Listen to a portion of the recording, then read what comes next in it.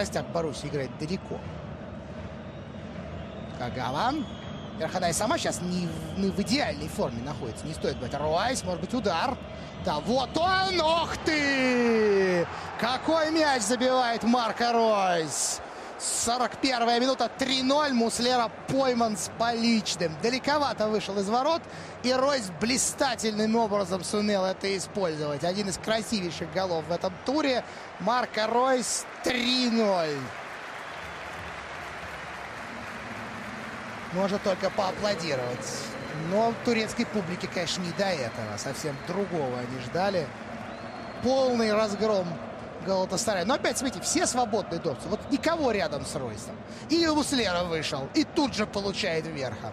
Увидел Ройс, что вратарь не на своем месте, скажем так. И посмотрите, каким ударом он перебрасывает мяч через зазевавшегося уругвайца.